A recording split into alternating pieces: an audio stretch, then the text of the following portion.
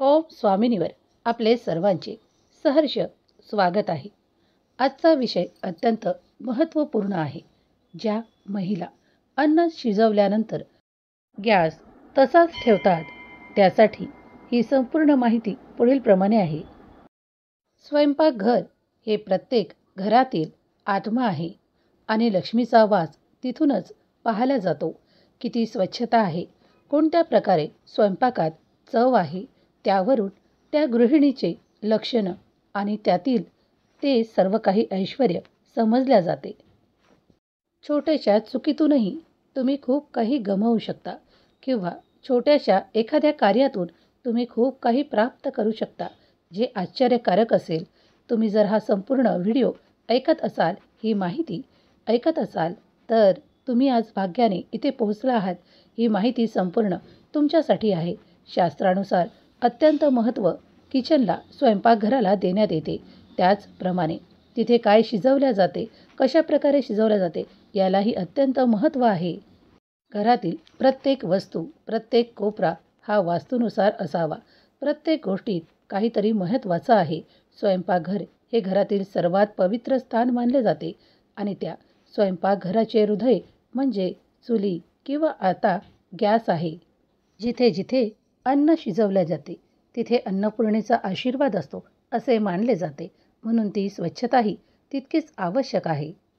तिथे अन्न शिजवून सर्वप्रथम देवतांना ते दाखवले जाते नैवेद्याच्या रूपात. तिथे तिथे लक्ष्मीचा चिरकाल निवास होतो. अन्नपूर्णा माता प्रसन्न होते.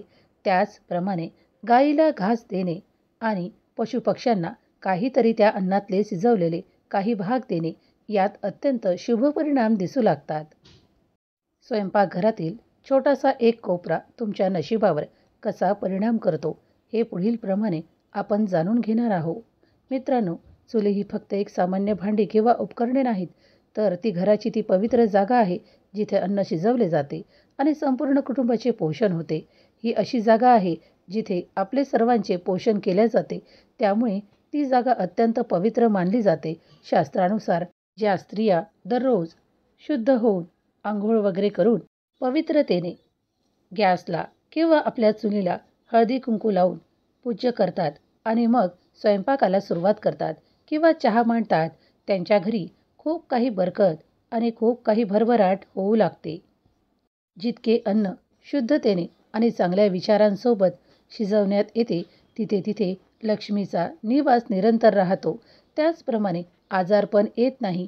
अन्न जितक्या शुद्धतेने शिजवले जाते तितकेच दुःख, आजार आणि पैशाचा अभाव कमी होतो आणि तिथे सुखे वाढतात. अन्न कशावर शिजवतो तर ते अग्निदेवता, गॅस असो की चुली असो, ते पेटवल्यावरच, अग्नी प्रज्वलित केल्यावरच आपण तिथे अन्न शिजवू शकतो. त्यामुळे तो एक यज्ञ आहे. गॅस असो किंवा चूल असो, ती अन्न शिजवल्यावर घाणेरडी ठेवू नका, तशीच ठेवू नका.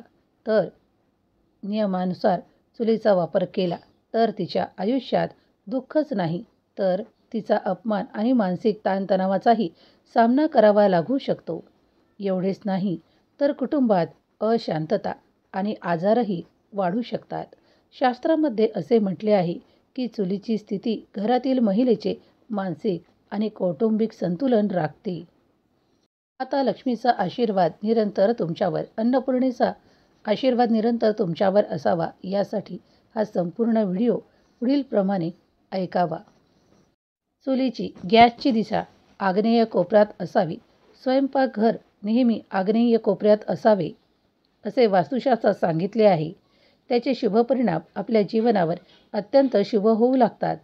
योग्य जागेवर योग्य वस्तू असल्यास त्या शुभ परिणाम देतात.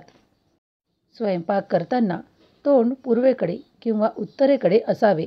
म्हणजे जेव्हा महिला स्वयंपाक करतात तेव्हा महिलांनी पूर्वेकडे किंवा उत्तरेकडे तोंड करावे, कारण या दोन्ही दिशा खूप शुभ मानल्या जातात आणि आपल्या दैवी देवता या दोन्ही दिशांना वास करतात. त्यानुसार जर स्टोव पश्चिमेकडे किंवा उत्तरेकडे दिशेने असेल तर असे म्हटले जाते की त्या घरात पैशाचा अपव्यय होतो. ज्या घरात पैसा राहत नाही त्या घरात गरिबी येते आणि त्या घरात अजिबात समृद्धी नसते आणि घराचे सुख आणि शांती कोणत्या गोष्टीवर अवलंबून असते. घराचे सुख आणि शांती घराच्या समृद्धीवर अवलंबून असते. म्हणून जर ते दक्षिण किंवा नैऋत्य कोणत्याही कोपऱ्यात असेल तर रोग आणि अपघात वाढतात आणि खूप काही वाईट परिणाम दिसू लागतात. म्हणजेच मित्रांनो, पहा की प्रत्येक वेळेस जेव्हा आपल्या घरातील एखाद्या व्यक्तीचे आरोग्य अचानक चढ उतार होऊ लागतो, तेव्हा कर्जही वाढू लागते, समस्या वाढू लागतात. मग त्यातून बाहेर पडण्यासाठी तर कुठेतरी याचे कारण असा ग्रह असू शकतो की तो तुमच्या घराचा चुकीचा ग्रह दक्षिण दिशेला ठेवला आहे. तर त्याचे शुभ परिणाम तुम्हाला दिसून येणार नाही. चुकीच्या जागी चूल किंवा गॅस ठेवल्यास त्याचे खूप काही तुमच्यावर दुष्परिणाम होतात. त्यामुळेच आग्नेय दिशेलाच जास्त करून स्वयंपाकघर असावे. काही इतर दिशांना ते ठेवल्यास पितृदोष किंवा खूप काही त्रास उद्भवू लागतात. शास्त्रात सांगितले आहे की ईशान्य कोपऱ्यात चुली ठेवल्यास कुटुंबाला त्रास होतो, कुटुंबातील सदस्याचे एकमेकांशी पटत नाही आणि कुटुंब तुटू लागते. त्यामुळे कुटुंबातील प्रत्येक सदस्यांना मानसिक ताणतणावाचा सामना करावा लागतो. घरात अशुभ शक्तींचा प्रवेश होतो आणि जेव्हा अशुभ शक्ती, नकारात्मक शक्ती घरात प्रवेश करू लागतात, तेव्हा कुटुंबात विनाकारण कटकटी होणे, त्रास होणे हे उद्भवतात. जर तुम्हालाही घरात शांतता, सुख, समाधान, आनंद आणि आरोग्य हवे असेल तर नक्कीच कुटुंबातील गृहिणीने आग्नेय दिशेलाच स्वयंपाक करावा, चूल ठेवावी. महिलेचा आरोग्याशी सर्वात प्रथम सामना करण्यात येतो, कारण त्या अर्धा दिवस तिथे स्वयंपाकघरातच असतात. त्यामुळे योग्य दिशेला योग्य सर्व काही ठेवल्यास त्यांचे शुभ परिणाम सर्वाधिक त्या स्त्रीला मिळते. तिला ती ऊर्जा मिळते. ती पवित्र ऊर्जा मिळाल्यामुळे तिला प्रत्येक कामात यश येऊ लागते. धर्मशास्त्रानुसार आपल्याला अनेक गोष्टी पाहायला मिळतात की ज्या घरात घराची महिला स्टोवला किंवा गॅसला पवित्र म्हणून प्रत्येक दिवशी आनंदाने स्वयंपाक करते, नामस्मरण करत स्वयंपाक करते, तर त्या स्वयंपाकात अधिक रुची निर्माण होते आणि तो स्वयंपाक खूप चविष्ट आणि चवदार तयार होतो. त्या घरात धनधान्याची कमतरता भासत नाही. स्वयंपाकघरातून पवित्र वातावरण निर्माण होते. घरातील पदार्थ चवदार लागू लागतात. शास्त्रात सांगितले आहे की जी स्त्री आठवड्यातून एकदा तरी गोमूत्र आणि हळदीच्या पाण्याने गॅस स्टोव्ह किंवा चूल साफ करते, तिच्यासाठी खूप काही आरोग्यदायक परिणाम दिसू लागतात. त्या घरासाठी शुभ परिणाम दिसू लागतात. कारण अग्निदेवता जिथे प्रज्वलित करून आपण अन्न शिजवतो, ती जागा अन्नपूर्णा माताची मानली जाते, जिथे अन्न शिजवल्या जाते. म्हणून तिचे पावित्र्य राखले गेले पाहिजे. रोज जरी जमत नसले की पूजा करणे, तर निदान आठवड्यातून एक दिवस सहज तुम्ही ते करू शकता. मग कुठलाही दिवस तुम्ही एक निवडू शकता. शुक्रवार, मंगळवार, गुरुवार यापैकी एक दिवस निवडून ज्या ठिकाणी गॅस ठेवलेला आहे ती जागा गंगाजलाने थोडी शिंपडून आणि त्या गॅसची छान विधिवत पूजा करावी, स्वस्तिक काढावे, हळदी कुंकू वाहावे, असे निदान हप्त्यातून तरी एकदा करावे. ही पूजा झाल्यानंतर अन्न शिजवू शकता. म्हणजेच आपण त्या गॅसची पूजा केल्यानंतर अन्नपूर्णेचा वास तिथे राहतो आणि तो निरंतर कायमस्वरूपी आशीर्वादाच्या रूपात अन्नात चव देतो. एखाद्या वेळेस जमल्यास गॅस स्टोव्ह मिठाने सुद्धा पुसू शकता. थोडे मीठ चोळून त्या जागेला शुद्ध पवित्र करू शकता. त्याचप्रमाणे महिलांनी काय करू नये हेही आपण पाहणार आहोत. महिलांनी काय करू नये हे लक्षात ठेवणे पाहिजे की आंघोळ न करता चुलीजवळ स्वयंपाकघरात निषिद्ध मानले जाते. जर जमल्यास जास्तीत जास्त प्रमाणात आंघोळ केल्यावरच त्या गॅसजवळ किंवा चुलीजवळ जावे. त्यामुळे पूर्ण घरातील पवित्रता राखल्या जाते. स्वयंपाक करताना मधूनच पाणी पिणेही वर्ज्य केले पाहिजे. महिलांना याचा दोष लागतो. घरात स्वयंपाक नीटनेटका आणि स्वच्छतेने करावा. घरात नेहमीच जी काही भांडी आहेत ती व्यवस्थित योग्य जागेवर लावून ठेवावी. यामुळे त्या स्वयंपाकघरात राहण्याची आवड निर्माण होते. सर्व काही जागच्या जागी ठेवलेले असल्यास अधिक महालक्ष्मी माता आणि अन्नपूर्णा माता प्रसन्न होते.